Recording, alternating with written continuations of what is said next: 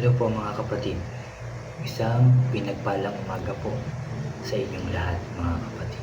Sharing po tayo ngayong umagang ito sa aking pong devotion. At syempre kagaya ng ating ginagawa po bago tayo mag-umpisa, tayo po ay magpe-pray, mananalangin muna tayo. Hihingi tayo ng guidance para bigyan tayo ng Diyos ng wisdom and knowledge. Po. Samahan niyo po ako, magsiyuko tayo. Yes, O Lord, aming Ama na nasa langit, muli kaming nagpapasalamat ngayong umagang ito dahil kami po ay binigyan mo na naman ng pagkakataon, Lord, para makapakinig ng iyong mga makapangyarihang salita.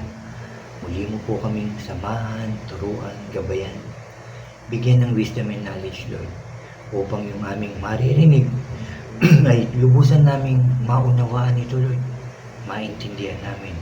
Ako din po, Lord, turuan mo rin po ako, samahan at gabayan upang ang lahat ng aking sasabihin ay puro salita mo lamang. Thank you, Lord. Thank you, Jesus. Thank you, Holy Spirit. Lord, inaangkin na po namin ang katagumpayan ng aming gawain ito. Sa tanging pangalan ng aming Panginoong Hesus, lahat tayo ay magsabi ng Amen and Amen. At ito po ang aking channel.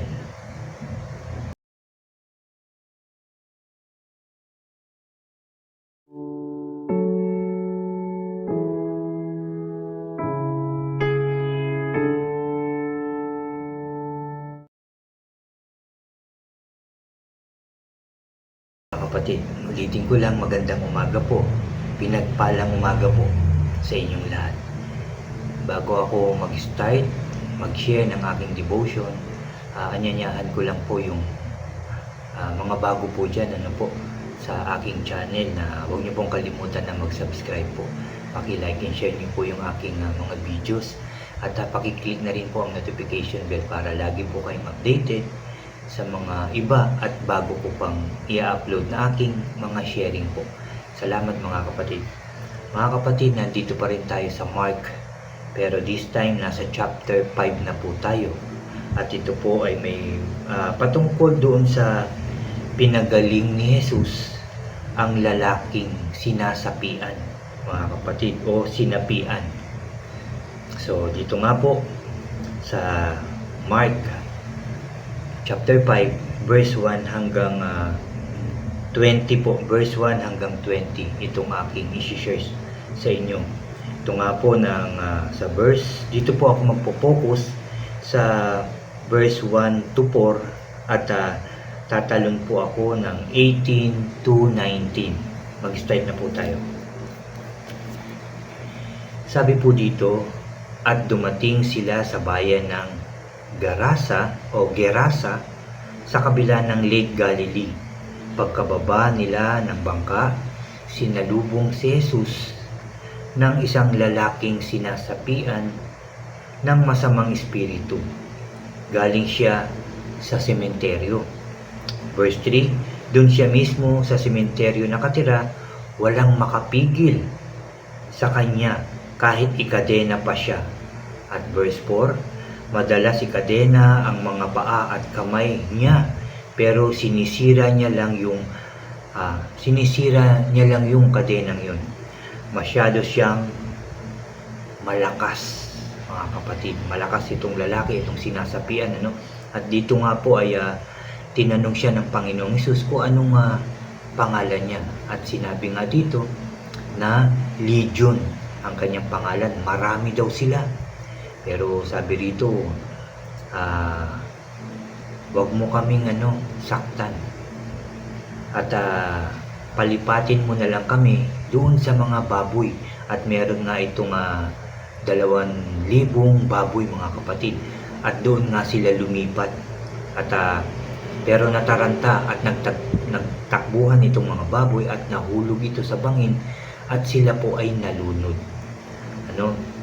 At dito nga, gumaling ang lalaki na sinasapian ng masamang espiritu.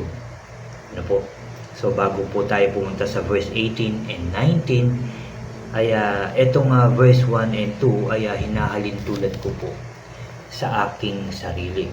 Na sabi nga dito na sinasapian ito at malakas ito, pero hindi kaya ng lalaking kontrolin ito dahil nga sinasapian siya ng masamang espiritu. Kumbaga, tayo rin kung ano man yung mga suliranin natin, yung pangit na mga nangyayari sa atin, mga kapatid, nandyan na yung temptation. Yan. Andyan na yung halimbawa kung nagbibisyo pa tayo, alak, sigarilyo, o sabihin na natin droga, kung minsan ito hindi natin kayang alisin. Nahihirapan tayong tanggalin dito. Malakas, sabi nga, malakas ang kalaban na talagang nagtuturo sa atin ng hindi maganda. Hindi natin ito mapigil, mga kapatid. Pero syempre alam natin na kung malakas ang kalaban, kung malakas ang masamang espiritu, kung malakas si Satan, syempre po mas malakas ang ating Diyos. Wala nang lalakas sa Kanya at sa Kanyang kapangyarihan. Na dito tinuturo, ulitin ko lang, kung ano yung pinagdadaanan nating suliranin, mga pagsubok, mga pangangailangan, sabihin na natin yung sakit at karamdaman, mga bisyo na hindi natin makalag yung kadenang nakapalupot sa ating kamay at paa, at masyadong malakas yung pumipigil sa atin para gawin ito, para patuloy natin gawin, at hindi nga natin ito mapigil dahil malakas itong kalaban na to. Pero dito tinuturo nga, nalalapit tayo kay God, sa Diyos, para ito po ay ating mapagtagumpayan. Siya lang yung makakatulong sa atin at wala nang iba. Ang Diyos lang at wala nang iba. Siya yung powerful God natin na nasa langit. Siya yung Ama nating Diyos na makapangyarihan sa lahat, na makapagbibigay, makakatulong sa ating, sa lahat ng klaseng pinagdadaanan natin sa ating buhay. Yan din yung sinabi ko sa akin sarili, may Diyos ako, may kilala akong Diyos na alam kong makakatulong sa akin. Dito nga, kaya natin itong pagtagumpayan sa tulong ng Diyos. Manalangin, magtiwala, sumampalataya tayo sa Diyos at mapapagtagumpayan natin ito. Malalabanan natin yung spiritual warfare, mga kapatid. Kaya natin yan. Kaya natin talunin sa tulong ng Diyos. Kung ikaw ay magtitiwala sa Kanya, mangunguna pa siya na makipaglaban, mga kapatid. Kaya siguradong panalo tayo sa tulong, gabay, proteksyon at pagmamahal ng Diyos sa atin. Tayo po ay mananalo. Tayo po ay magtatagumpay. Yan yung tinuturo sa akin ngayong devotion na to, mga kapatid. Kapag nga tayo nagdi-devotion, nagbabasa ng Biblia, kinakausap tayo ni God. May pinagdadaanan ka, may pagsubok ka, meron kang pangangailangan mahigpit, meron kang nararamdaman, kaya ko yan alisin, sabi ng Diyos. Kung nahihirapan ka dahil malakas ang kalaban mo, hindi mo yan makakaya kung sarili mo lang. Kung sarili mong lakas, sarili mong talino, hindi mo yan matatalo. Pero sa tulong ng Diyos, sabi ng Diyos, sa tulong ko, kaya mo at walang imposible. Dahil ako'y Diyos na makapangyarihan sa lahat. Di ba po? Totoo naman po yan, di ba po? At dahil sa ikaw ay nagtagumpay, kagaya ng lalaking sinapian ng masamang espiritu, ito po'y natanggal, nawala, nag-alisan sa kanya itong napakaraming masamang espiritong sumapi sa kanya. Sabi niya dito sa verse 18 at 19, nang pasakay na si Jesus sa bangka, nagmakaawa ang lalaking pinagaling ni Jesus, napayagan siyang sumama sa kanya. Nagmakaawa itong lalaki na sinapian at nawala nga yung sumapi sa kanya. Lumapit siya sa Panginoong Jesus, nagmakaawa siya. Ulitin ko, nang pasakay na si Jesus sa bangka, nagmakaawa ang lalaking pinagaling ni Jesus, napayagan siyang sumama sa kanya. At verse 19, pero hindi pumayag si Jesus.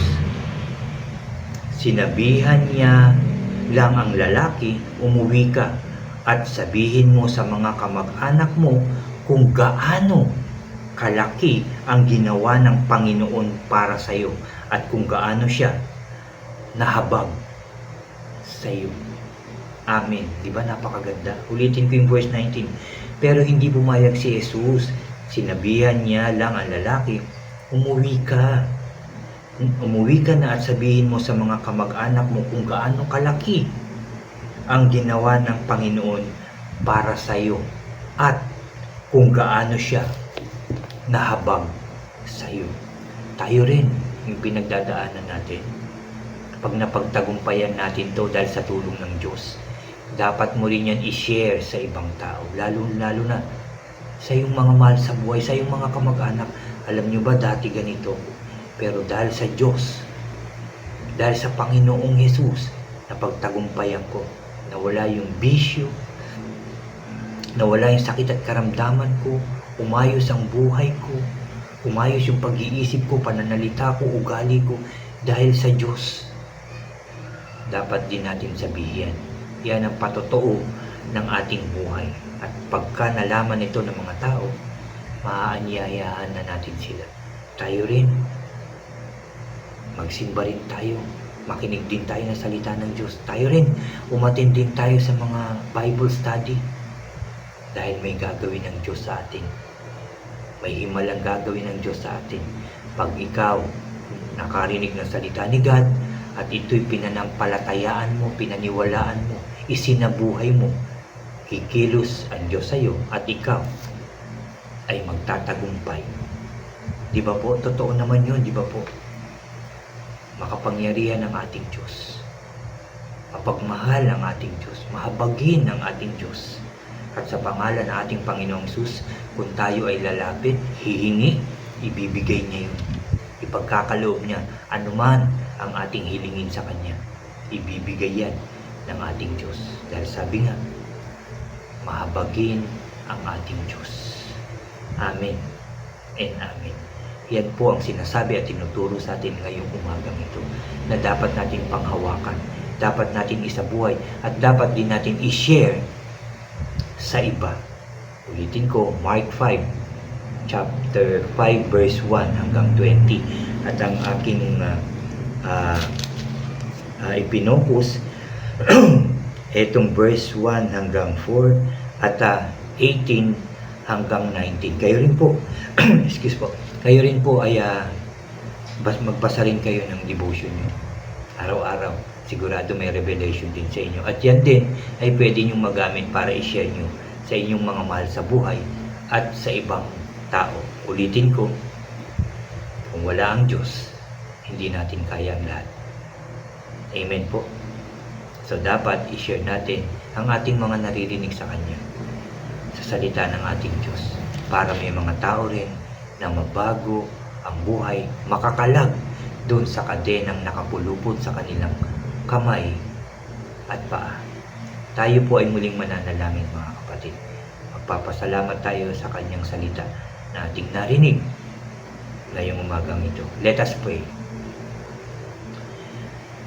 Lord God, Ama naming banal, Ama naming mahabagin, hindi kaming nagpapasalamat sa iyong mga salita na aming narinig ngayong umaga. Dito, Lord, sinabihan mo kami na kami ay magtiwala sa iyo.